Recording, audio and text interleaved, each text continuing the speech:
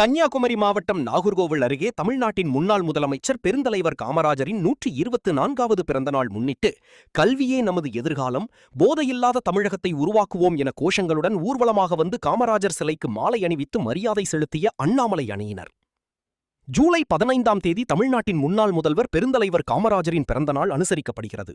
இந்நிலையில் பெருந்தலைவர் காமராஜரின் 124வது பிறந்தநாளை முன்னிட்டு தமிழகம் முழுவதும் பல்வேறு பகுதிகளில் கொண்டாடி வருகின்றார்.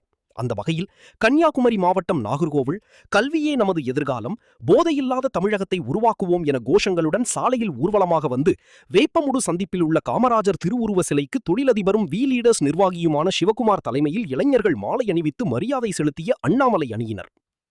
தொடர்ந்து காமராஜர் சிலை முன்பு போதையில்லாத தமிழகத்தை உருவாக்குவோம், இளைஞர்களை கல்வியின் பாதையில் எடுத்து செல்ல முயற்சிப்போம் என காமராஜர் பிறந்த நாளில் அண்ணாமலை அணியினர் உறுதிமொழி ஏற்றனர். லீடர்ஸ் இயக்கத்தின் கன்னியாகுமரி மாவட்டத்தில் பெருந்தலைவர் காமராஜர், கல்விக்கண் திறந்த காமராஜர் அவர்களுக்கு மாலை அணிவித்து மரியாதை செலுத்தினோம், வணங்குகின்றோம். இந்த நேரத்தில் நாங்க என்ன சொல்றோம் அப்படின்னா, கல்விக்கண் திறந்த காமராஜர் அவர்கள் அவர் இருக்கும் காலகட்டத்தில் மிக மிக செம்மையாக பல அரசாங்க பள்ளிகளை திறந்து மிக பெருமையான இதை உருவாக்கி தந்தவர் நமது காமராஜர். இப்பொழுது அரசாங்க பள்ளிகள் எல்லாம் விளிம்பு நிலையில் அழிகிற நிலையில் இருக்கிறது. சரியான அட்மிஷன் இல்லை, பராமரிப்பு இல்லை.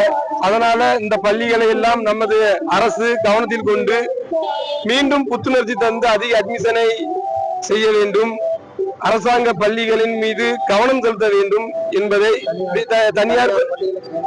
தனியார் பள்ளிகளுக்கு இணையாக அரசு பள்ளிக்கூடங்களும் இருக்க வேண்டும் என்பதை நாங்கள் அரசுக்கு ஒரு கோரிக்கையாக, வீதலிசை இயக்கத்தின் சார்பாக ஒரு கோரிக்கையாக வைக்கிறோம். கிட்டத்தட்ட ஒரு கடந்த 5 காலத்தில் 25% அரசாங்க பள்ளிகள் மூடும் சூழ்நிலையில் இருக்கிறது. இது இவ்வாறு இந்த சூழ்நிலை இல்லாமல் பெருந்தலைவர் காமராஜர் அவர்கள் எப்படி எந்த எண்ணத்தில் இந்த அரசாங்க பள்ளிகளை மதிய உணவு திட்டத்தின் மூலம் பெருக்கினாரோ, அதே போல நாம் இந்த அரசாங்கத்தை இந்த கருத்தில் கொண்டு மிக பெரும் அளவில் அரசாங்க பள்ளிகளை உயர்த்த வேண்டும் என்பதை நான் தலைமையுடன் கேட்டுக்கொள்கிறேன்.